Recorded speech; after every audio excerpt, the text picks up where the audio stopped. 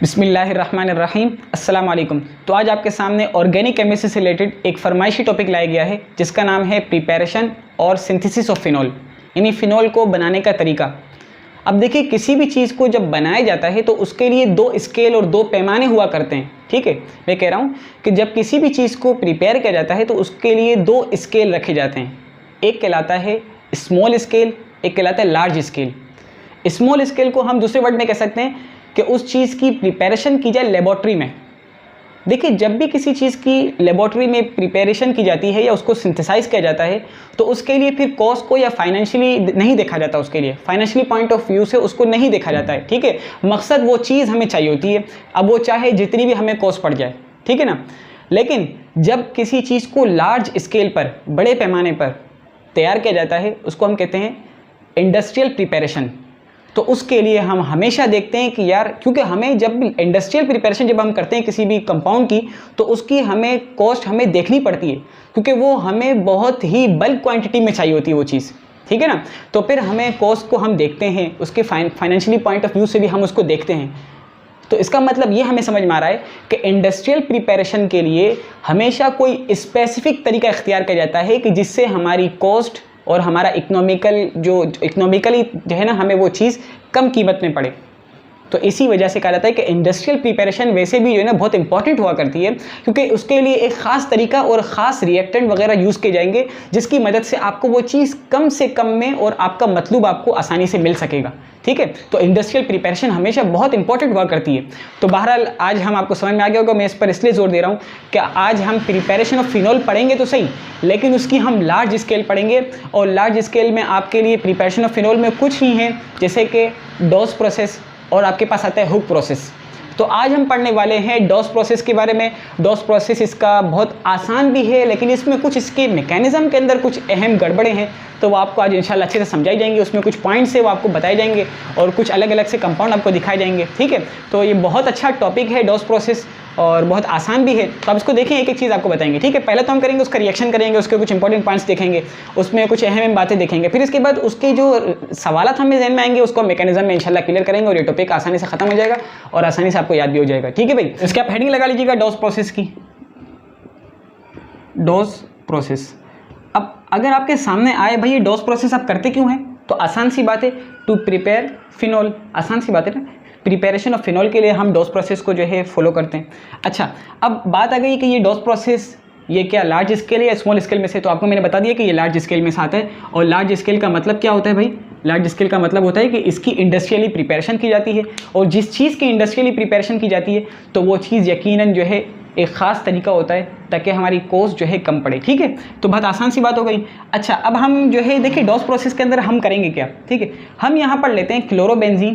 Chlorobenzene को लेकर उसमें हम हाई कंसनट्रेटेड बेस को यूज़ करते हैं और एटमॉस्फेरिक प्रेशर भी काफ़ी हाई रखते हैं और साथ में टेम्परेचर भी काफ़ी हाई रखते हैं। ये सारी जो है आप ये जो है कंडीशंस हैं जिसको हमें फॉलो करना पड़ता है। फिर इसके बाद जाकर आपके पास क्या मिलता है, फिनॉल मिलता है। और फिनॉल भी आसानी से नहीं मिलता, ये काफ़ी इसमें प्रोसेस होंगे, फिर इसके बाद आपको जाकर मिलेगा। अब ये डॉस प्रोसेस का एक नाम है जिसको मैं अभी कह रहा हूँ और उसको मैं प्रूफ करके भी दिखा दूंगा आपको। ठीक है, इस प्रोसेस का दूसरा भी नाम है हाइड्रोलाइसिस, हाइड्रोलाइसिस ऑफ क्लोरोबेंजीन। अब आपको पता है कि हाइड्रोलाइसिस का क्या मतलब होता है, क्लोरोबेंजीन तो आपको पता है। ठीक है, लेकिन हाइड्रोलाइसिस का क्या मतलब होता है, हाइड्रो से मीन्स ये वाटर ही मुराद है। ठीक है, लेकिन लाइसिस का मतलब क्या होता है, ब्रेक डाउन। ठीक है, यानी तोड़ देना। तो वाटर को तोड़ देते हैं इसके अंदर क्लोरोबेंजीन के साथ रिएक्ट करने की वजह से। हाइड्रोलाइसिस की आप डेफिनेशन जब भी पढ़ेंगे तो उसका मतलब यह आएगा कि इसको तोड़ दिया जाता है। क्यों तोड़, वाटर को तोड़ देना किसी भी कंपाउंड के उसके साथ रिएक्ट करने की वजह से। क्लोरोबेंजीन को भी तोड़ेंगे, वाटर को भी तोड़ेंगे और वाटर का एक पार्ट क्लोरोबेंजीन के साथ अटैच कर देंगे। ये चीज़ आपको आसानी से समझ में आ जाएगी, इसकी टेंशन की बात नहीं, इसको मैं प्रूफ कर दूंगा आपको। ठीक है, ये डॉस प्रोसेस का दूसरा भी नाम है। अच्छा, अब बात आ गई आपके पास कि ये लार्ज स्केल हो गया, सारी बातें समझ में आ गई। अब हम यहाँ पर करने वाले हैं अपने कंपाउंड के लेने वाले। मैंने कहा क्लोरोबेंजीन लेंगे हम यहाँ पर। ठीक है, वर्डिंग के अंदर अगर आपको मैं बता दूं तो हम यहाँ पर लेंगे क्लोरोबेंजीन और उसको हम कन्वर्ट कर देंगे किसके अंदर, फिनॉल के अंदर कन्वर्ट कर देंगे।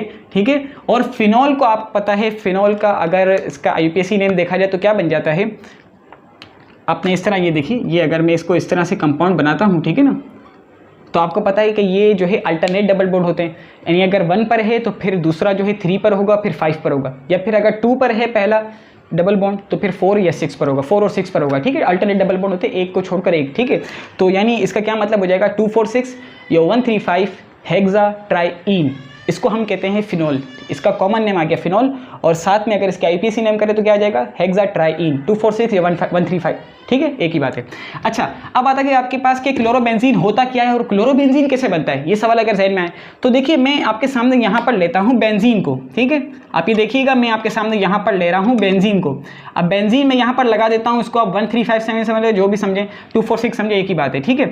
अब आपके पास आ गया बेंजीन। बेंजीन के साथ अगर आप रिएक्ट करवा दें Cl2 को, अब आप कहेंगे यार Cl2 तो एक न्यूट्रल कंपाउंड है और न्यूट्रल कंपाउंड तो रिएक्ट नहीं कर सकता, तो क्या करें? इसके लिए हम यहाँ पर कैटलिस्ट यूज करते हैं, आपको पता होगा AlCl3, आयरन भी यूज कर सकते हैं, ठीक है, फेरिक्लोराइड भी यूज कर सकते हैं, लेकिन फिलहाल अगर हम AlCl3 को यूज करें तो AlCl3 की प्रेजेंस में क्लोरीन जब इसके साथ रिएक्ट करता है तो आपको पता है आपके पास कंपाउंड आता है क्लोरोबेंजीन, ठीक है। तो पहला कंपाउंड आपको समझ में आ गया कि क्लोरोबेंजीन आ गया, ठीक है। क्लोरोबेंजीन यहाँ पर मैंने अटैच कर दिया क्लोरो को, ठीक है। अच्छा, एक बात बताने वाली ये है, यहाँ पर मैं क्लोरीन को ब्लू से लिख रहा हूँ, एक बात समझाने की ये है, देख लीजिएगा, आपको पता भी होगा कि यहाँ पर कोई ना कोई कार्बन है, ठीक है, यहाँ कोई ना कोई कार्बन है और ये डबल बॉन्डेड है दूसरे कार्बन से, और इस तरफ ये सिंगल बॉन्डेड है एक कार्बन से, ठीक है, और इस तरफ ऊपर की तरफ ये क्लोरीन से अटैच है। तो इसका मतलब ये है कि इस कार्बन पर एक भी हाइड्रोजन नहीं है, ठीक है, क्योंकि उसकी चारों की चारों वैलेंसीज, दो यहाँ पर कार्बन के साथ यूज हो गई, एक इस कार्बन के साथ यूज हो गई और एक उसकी क्लोरीन के साथ यूज हो गई। अब इसके पास कोई वैलेंसी नहीं बाकी है, तो मतलब यहाँ पर हाइड्रोजन नहीं है, ठीक है। अब मजीद हम करते क्या है, यहाँ पर मैंने आपसे कहा था कि हम कंसनट्रेटेड बेस को लेते हैं और वो कंसनट्रेटेड बेस को हम शो करते हैं NaOH। याद रखिएगा, सोडियम हाइड्रोक्साइड को हम 2 यूनिट या 2 इसके मॉलिक्यूल को हम यूज़ करते हैं, और दोनों के दोनों मॉलिक्यूल जब मैं यूज़ करूंगा मैकेनिज्म में तो आपको दिखा दूंगा, ठीक है। 2 मॉलिक्यूल या 2 यूनिट ऑफ सोडियम हाइड्रोक्साइड। फिर इसके बाद हम यहाँ पर जो है इसका जो है तकरीबन 300 सेंटीग्रेड इसका हम टेम्परेचर लेते हैं। एक बात बताने की ये है कि सेंटीग्रेड असल जो है स्टैंडर्ड यूनिट नहीं है, स्टैंडर्ड यूनिट वो केल्विन है जो कि सारी दुनिया मानती है, मैंने स्टैंडर्ड यूनिट में इसको बताया भी था, ठीक है। तो 300 सेल्सियस या 300 सेंटीग्रेड, ठीक है। साथ में हम 300 एटमॉस्फेरिक प्रेशर भी लेते हैं, ठीक है। इससे ऊपर नीचे भी कुछ ले लेते हैं, जैसे कि अगर मैं कहूँ को 673 केल्विन लेते हैं और कोई 623 केल्विन लेते हैं, मतलब ये कि हाई टेम्परेचर और हाई प्रेशर होना चाहिए, ठीक है। बात समझ में आ गई? अच्छा, तो अब अगर आप इसको क्लोरोबेंजीन को 2 मॉलिक्यूल ऑफ सोडियम हाइड्रोक्साइड के साथ जब आप रिएक्ट करवाते हैं तो आपको इस तरह जहन में आएगा कि यार देखिए कि ये Cl है, ये सोडियम है, तो सोडियम और Cl सोडियम क्लोराइड बन जाए और यहाँ पर OH जाकर इस जगह पर अटैच हो जाए तो फिनोल बन गया।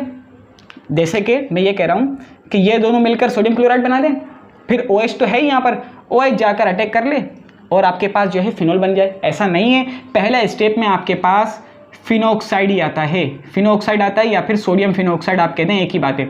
मैं यहाँ पर यूँ कहूँगा आपको कि ऑक्सीजन, ठीक है, फिनोक्साइड आयन ही आता है। क्यों आता है? मैकेनिज्म, ठीक है, मैकेनिज्म आपको सब कुछ बता देगा। फिर इसके बाद आप क्या करते हैं, सोडियम फिनोक्साइड के बाद आप यहाँ पर एक और स्टेप करते हैं। आसान सी बात है, देखिए कोई मुश्किल बात नहीं है। पहले क्लोरोबेंजीन बनाना है, कैसे बनाना है ये मैंने आपको बता दिया। क्लोरोबेंजीन के बाद आपने क्या करना है, सोडियम हाइड्रोक्साइड यानी कि कंसंट्रेटेड सोडियम हाइड्रोक्साइड होनी चाहिए, उसको आपने जब यूज़ करेंगे क्लोरोबेंजीन के साथ तो क्या प्रोसेस होगा वो आपको मैकेनिज्म में पता लग जाएगा, लेकिन इस तरह करना है, ठीक है। और फिर इसके बाद वो बनेगा क्या, मैं यहाँ पर लिख देता हूँ सोडियम फिनोक्साइड, इस तरह मैं लिख देता हूँ यहाँ पर सोडियम फिनोक्साइड बन जाएगा आपके पास, सही, सोडियम फिनोक्साइड आयन बन जाएगा। अब आयन लिखने की जरूरत तो नहीं है। अच्छा, फिर इसके बाद यहाँ पर आप करना क्या है, यहाँ पर आपका ये वाला काम आ जाएगा, हाइड्रोलाइसिस ऑफ क्लोरोबेंजीन, ठीक है। आप यहाँ पर क्या कर देंगे, HCl को यूज़ कर लें, मर्जी आपकी, H2O को यूज़ कर लें। अब आपके समझ में सवाल आएगा कि यार HCl और H2O दोनों को यूज़ कैसे कर सकते हैं। HCl तो समझ में आता है कि HCl को यूज़ करेंगे तो NaCl बन जाएगा और H जाकर यहाँ पर अटैच हो जाएगा तो फिनोल बन जाएगा, लेकिन H2O का क्यों है? देखिए भाई, जिस तरीके से क्लोरीन हाइड्रोजन के मुकाबले में हाई इलेक्ट्रोनेगेटिव कंपाउंड है, इसी तरीके से हाइड्रोक्सी भी हाइड्रोजन के मुकाबले में इलेक्ट्रोनेगेटिव कंपाउंड है। तो जिस तरीके से HCl जो कि एक एसिड है वो प्रोटॉन डोनेट कर सकता है, इसी तरीके से वाटर मॉलिक्यूल भी प्रोटॉन को डोनेट कर सकता है। आपको पता है हमेशा H2O जो है H को डोनेट कर देता है, ठीक है। अच्छा जी, अब आपके पास यहाँ पर आ गया, इसके बाद आपको पता है क्या बनने वाला है, आपकी प्रोडक्ट आ जाएगी यहाँ पर फिनोल। किस तरह आएगा ये भी मैकेनिज्म में पता लग जाएगा, आसान सी बात है, वैसे तो आपको यहाँ पर समझ में आ गया होगा। तो बहरहाल आप देखिए यहाँ पर ये इसके जो है कुछ स्टेप्स हैं, पहला तो आपका जो है स्टेप यहाँ से स्टार्ट होना चाहिए, लेकिन मैंने आपको इसी बता दिया कि बेंजीन से क्लोरोबेंजीन इस तरह बन जाएगा, फिर क्लोरोबेंजीन से आपने सोडियम फिनॉक्साइड बनाना है। अच्छा, अब आपके जहन में सवाल आने का था कि यार सोडियम हाइड्रोक्साइड किस तरह बन सकता है, नहीं बनेगा, वो आपको मैकेनिज्म में समझ में आ जाएगा, ठीक है। फिर सोडियम फिनॉक्साइड से आपके पास अल्कोहल या फिनॉल बन जाएगा, ठीक है। फिनॉल को हमने कहा कि फिनॉल को क्या कह सकते हैं, 135 या 246 हेक्साट्राईन, ठीक है। तो ये आपके पास आ गया, इसका मैकेनिज्म करते हैं, बहुत आसान सी बात है। अब यहाँ पर अगर सवाल किया जाता है कि करते क्या, क्लोरोबेंजीन को कन्वर्ट करना है फिनॉल के अंदर, क्लोरोबेंजीन को कन्वर्ट करना फिनॉल के अंदर, ये सारा प्रोसेस कहलाता है डॉस प्रोसेस, और ये एक इंडस्ट्रियल प्रिपरेशन के तौर पर होता है, ठीक है भैया। अब हम मैकेनिज्म करते हैं, इसको नोट करना हो तो नोट कर लीजिएगा। फिनॉल का हम जो है करने जा रहे हैं मैकेनिज्म जो है इधर हकीकत एक रीज़न है जिसके जरिए से हम सारे क्वेश्चंस को क्लियर कर सकते हैं और पता लगा सकते हैं कि कौन के साथ रिएक्ट करेगा, ठीक है। तो ये आसान सा है मैकेनिज्म, आप देखिएगा इसमें जो मैंने कहा था कि कुछ नई नई चीज़ें भी आएंगी आपके सामने, ठीक है। तो मैकेनिज्म की हेडिंग आप जो है डाल लें। अच्छा, अब मैकेनिज्म के अंदर आपका जो पहला कंपाउंड है वो तो क्लोरोबेंजीन है। तो पहले आप क्या कर लें, यहाँ पर क्लोरोबेंजीन को आप ले लें। मैं यहाँ पर एक छोटी सी बात आपको समझाऊंगा इलेक्ट्रोनेगेटिविटी से रिलेटेड। ये आपने इस तरह से बना लिया, ठीक है। ये आपके पास आ गया क्लोरीन। अब जैसे मैंने आपसे पहले कहा था कि ये जो कार्बन है, एक बॉन्ड यहाँ बना दिया, दो यहाँ बना दिया, एक ऊपर बना दिया, तो चारों के चारों बॉन्ड यानी चारों के चारों कार्बन के इलेक्ट्रॉन यूज हो चुके।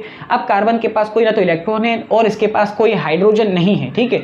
तो इसका और आपको पता है कि क्लोरीन जो है, क्लोरीन क्या है, उसकी इलेक्ट्रोनेगेटिविटी वैल्यू, क्लोरीन की इलेक्ट्रोनेगेटिविटी वैल्यू वो ज़्यादा है किससे, कार्बन की इलेक्ट्रोनेगेटिविटी वैल्यू से, ठीक है। Electronegativity value of chlorine is greater than carbon, ठीक है। तो इसका मतलब ये है कि जिसकी आपको पता है जिसकी इलेक्ट्रोनेगेटिविटी ज़्यादा है वो दूसरे कंपाउंड जिसकी कम है उससे इलेक्ट्रॉन को अपने पास खींच सकता है। तो इसी तरीके से ये क्लोरीन जो है इस कार्बन से जब अपने इलेक्ट्रॉन को खींचेगा, ठीक है, जब इसके पास इलेक्ट्रॉन उसकी तरफ जाते जाएंगे, ठीक है, यहाँ इस तरफ ऊपर की तरफ सफ़र करेंगे ये कार्बन, सॉरी इलेक्ट्रॉन जो है ऊपर की तरफ क्लोरीन के पास खींच जाएंगे।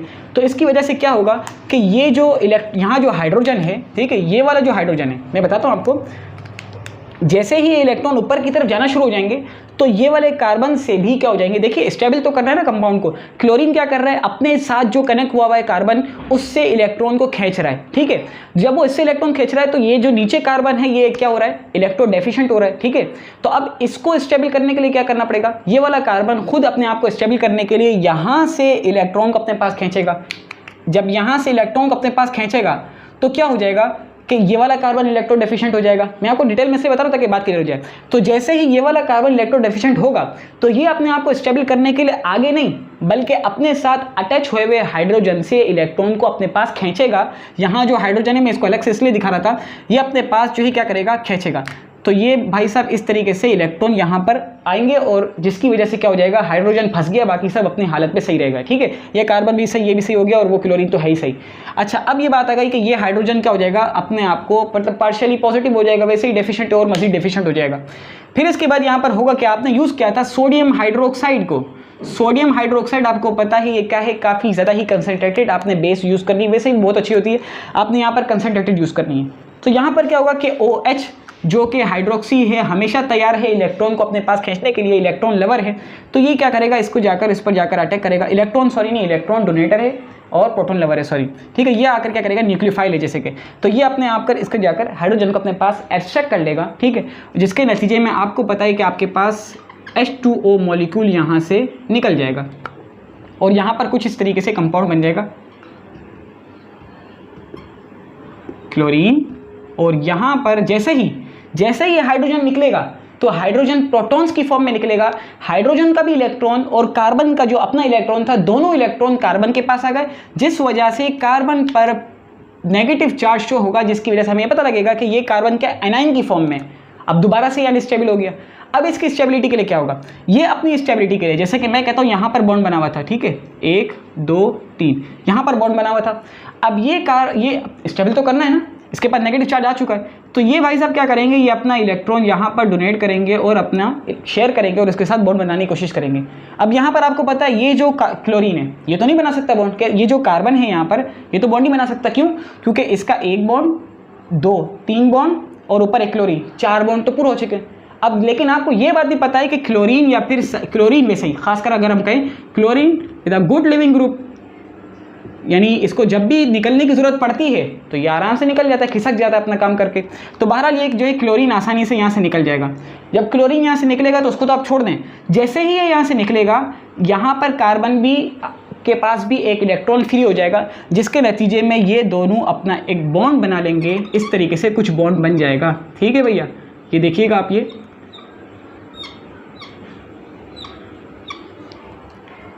एक बॉन्ड तो यहाँ पर था, दूसरा भी यहाँ पर था, तीसरा यहाँ पर था, लेकिन एक और मजीद बॉन्ड बन गया। क्यों बन गया? क्योंकि कार्बन के पास से हाइड्रोजन साथ चले गए और ऊपर कार्बन के पास से क्लोरीन चला गया, जिसकी वजह से कार्बन कार्बन ट्राई बॉन्डिंग हो गई, जिसको हम कहेंगे बेंजाइन। बेंजीन तो था, अब बेंजाइन बन चुका है। लेकिन याद रखिएगा ये जो कंपाउंड है ये बहुत ही ज़्यादा अनस्टेबल है, ये बहुत ही ज़्यादा अनस्टेबल कंपाउंड है, लेकिन यहाँ पर बन चुका है आपके पास क्या? बेंजाइन बन चुका है। पूछा जा सकता है कि बेंजाइन कहाँ पर बनता है, किसके इंटरमीडिएट है? ये इंटरमीडिएट कहलाता है। ये इसी वक्त इस हालत में बहुत ही कम देर तक रहता है, इसी वजह से इसको अनस्टेबल कहते हैं। ठीक है अच्छा जी, तो अब आप देख रहे हैं कि यहाँ पर बेंजाइन तो बन चुका है। बेंजाइन अनस्टेबल क्यों है? कुछ ना कुछ तो इसके अंदर होगा ना। यहाँ पर जो कार्बन है इस पर होता है पॉजिटिव चार्ज क्लोरीन के निकलने की वजह से, क्योंकि क्लोरीन इसको इलेक्ट्रॉन लेकर जाता है और उसको बिल्कुल पॉजिटिव करके जा रहा होता है। ठीक है, तो बहरहाल ये कि ये बेंजाइन है। अब यहाँ पर पॉजिटिव चार्ज दिखेगा नहीं आपको, वो वैसे तो इसने इलेक्ट्रॉन इतना यूज़ किया है, ठीक है, लेकिन उसकी डेफिशिएंट काफ़ी ज़्यादा होता है, इसके अंदर जो डेंसिटी होती है ना वो लो होती है। ठीक है, तो बहरहाल होगा क्या यहाँ पर कि ऑक्सीजन, यानी कि आपको मैंने कहा था कि सोडियम हाइड्रोक्साइड का एक यूनिट हमने यहाँ यूज़ कर लिया है, यहाँ पर सोडियम हाइड्रोक्साइड का दूसरा यूनिट यूज़ हो रहा है। ठीक है, सोडियम हाइड्रोक्साइड का दूसरा यूनिट यूज़ हो रहा है कि हाइड्रोक्सी जो कि एक न्यूक्लियोफाइल है, ये आकर इस पर जाकर अटैक करेगा। ये उस जगह पर अटैक करता है जहां पर इलेक्ट्रॉन डेंसिटी काफ़ी कम हो दूसरों के मुकाबले में। तो यहाँ पर इलेक्ट्रॉन डेंसिटी काफ़ी कम है, पॉजिटिव चार्ज नहीं दिखाओगे आप। ठीक है, तो यहाँ पर आपके पास कुछ इस तरीके से कंपाउंड बनने जाएगा। देखिएगा आपको खुद ब खुद पता लग जाएगा। ये आपके पास आ गया OH, ठीक है, और यहाँ पर आपके पास क्या आ गया? ये नेगेटिव चार्ज आ गया। कैसे नेगेटिव चार्ज आ गया? क्योंकि आपको पता है भाई कार्बन कार्बन तो न्यूट्रल, दोनों के दोनों बराबर है ना।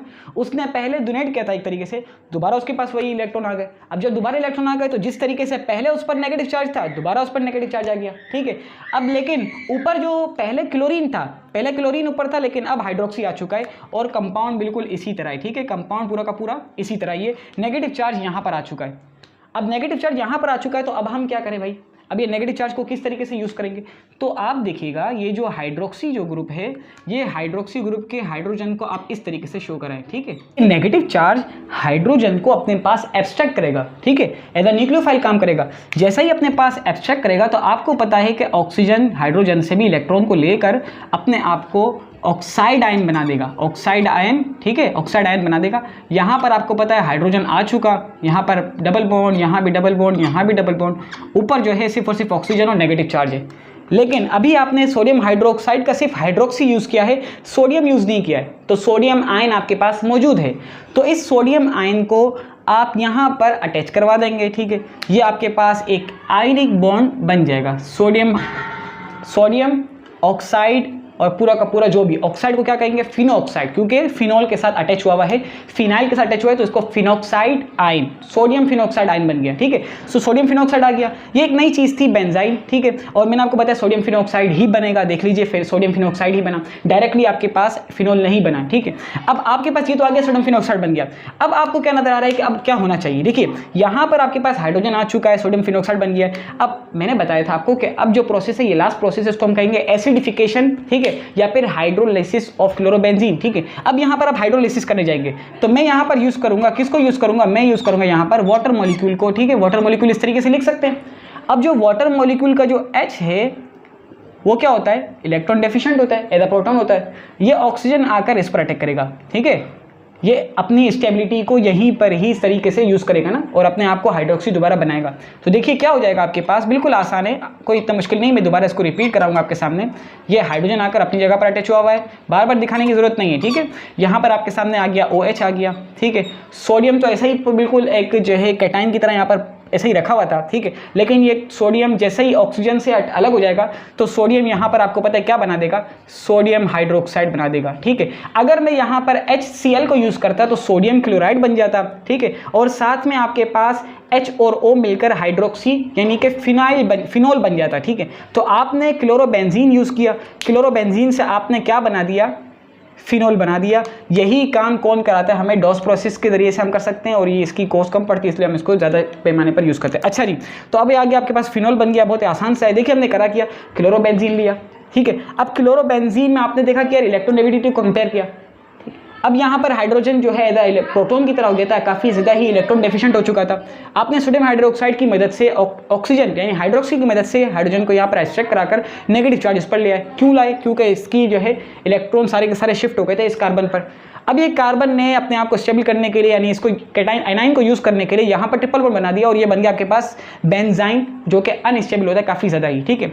अब जैसे ही अनस्टेबल होता है तो ये दोबारा कंपाउंड यहाँ पर टूटेगा, ये वाला कंपाउंड जो है दोबारा टूटेगा और कार्बन को अपने जो है चार्ज मिलेगा। जैसे ही कार्बन को चार्ज मिलेगा तो जैसे कि पहले कार्बन पॉजिटिव था, क्यों? क्योंकि क्लोरीन ने अपना इलेक्ट्रॉन और कार्बन का भी इलेक्ट्रॉन लेकर चला गया था, तो इस वजह से इस पर क्या हो जाएगा? पॉजिटिव चार्ज आना शुरू हो जाएगा। उस पॉजिटिव चार्ज यानी कि कैटाइन की फॉर्म में है, उसको स्टेबल, क्योंकि अनस्टेबल है, इसको स्टेबल करने के लिए हम यहाँ पर अटैच करवाएंगे कि इसको सोडियम हाइड्रोक्साइड अटैच करवाएंगे, ठीक है। सोडियम हाइड्रोक्साइड में हाइड्रोक्सी की मदद से ये बन जाएगा, ठीक है। क्या बन जाएगा? फिनोक्साइड आयन बनेगा। कैसे बनेगा? अभी तो फिलहाल नहीं बनेगा, आपने यहाँ पर क्या करा दिया? एनाइन होगा और एनाइन पर फिनोल, तकरीबन फिनोल बन जाएगा। अब ये नेगेटिव चार्ज, क्योंकि यहाँ तो आ चुका है ना दोबारा, ये नेगेटिव चार्ज इस हाइड्रोजन को अपने पास एज अ न्यूक्लियोफाइल अटैक करवाकर इसको अपने पास खींच लेगा, जिसकी वजह से आपके पास बन जाएगा, ठीक है, ये आपके पास इस तरीके से फिनोक्साइड आयन बन जाएगा। क्योंकि यहाँ से हाइड्रोजन निकलेगा तो उस पर नेगेटिव चार्ज, तो नेगेटिव चार्ज की वजह से बन जाएगा फिनोक्साइड। अब चाहे सोडियम हो, पोटेशियम हो, कुछ भी हो, उसको हम नहीं जानते, ठीक है ना। फिनोक्साइड आयन बन जाएगा। अब फिनोक्साइड आयन के बाद आपने करेंगे हाइड्रोलिसिस, यानी क्या मतलब है कि वाटर को आपने ब्रेक किया, वाटर का एक पार्ट आपने इसके साथ अटैच करवा दिया और इस कंपाउंड को भी आपने ब्रेक कर दिया, तो उसकी वजह से आपके पास बन गया फिनोल बन गया। क्लोरोबेंजीन से फिनोल बनाने का तरीका है, ये कहते हैं डॉस प्रोसेस। इसी का रिएक्शन और मैकेनिज्म हमने कर लिया, ठीक है। तो यहाँ तक आपने देखा, इसके लिए आपका बहुत बहुत शुक्रिया। इंशाल्लाह इसके हम मजीद इसके जो है प्रोसेस करेंगे, क्यूमिन प्रोसेस करेंगे, जिसको हम जो है हुक प्रोसेस कहते हैं, मशहूर इसके नाम से। फिर इसके बाद हम इसकी जो है लेबोरेटरी प्रिपरेशन भी करेंगे, ठीक है। तो देखा आपने, इसके लिए आपका बहुत बहुत शुक्रिया। जज़ाकुमुल्लाह खैरा।